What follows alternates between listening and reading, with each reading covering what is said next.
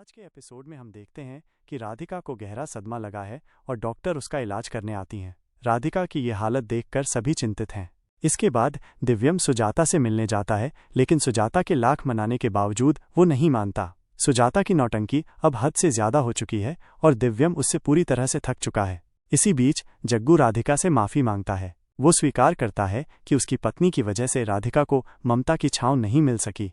फिर कहानी में एक बड़ा मोड़ आता है जब सुजाता घर छोड़कर भाग जाती है। पूरा परिवार उसे ढूंढने के लिए निकल पड़ता है। तलाश के दौरान एक दुखद घटना घटती है। सुजाता को एक गाड़ी टक्कर मार देती है। हालांकि परिवार के सदस्य इस बात से अनजान घर लौट आते हैं कि सुजाता के साथ क्या हुआ है। कुछ देर बाद दिव्यम को एक फोन आता है जिसमें उसे बताया जाता है कि सुजाता का एक्सीडेंट हो गया है। जब सभी मौके पर पहुंचते हैं तो वे देखते हैं कि सुजाता की मौत हो चुकी है। और इसी दुखद घटना के साथ आज का एपिसोड समाप्त होता है।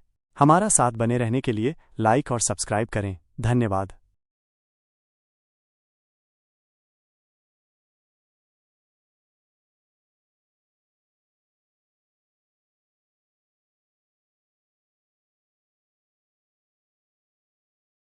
ये रहा आपके एपिसोड मन अति सुंदर का सारांश।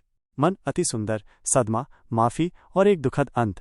आज के एपिसोड में हम देखते हैं कि राधिका को गहरा सदमा लगा है और डॉक्टर उसका इलाज करने आती हैं। राधिका की ये हालत देखकर सभी चिंतित हैं।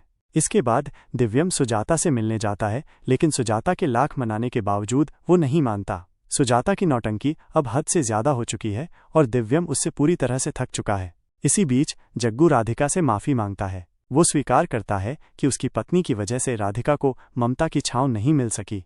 फिर कहानी में एक बड़ा मोड़ आता है जब सुजाता घर छोड़कर भाग जाती है। पूरा परिवार उसे ढूंढने के लिए निकल पड़ता है। तलाश के दौरान एक दुखद घटना घटती है। सुजाता को एक गाड़ी टक्कर मार देती है। हालांकि परिवार के सदस्य इस बात से अनजान घर लौट आते हैं कि सुजाता के साथ क्या हुआ है।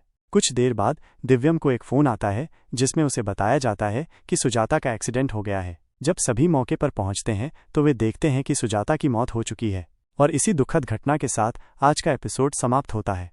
हमारा साथ बने रहने के लिए लाइक और सब्सक्राइब करें। धन्यवाद।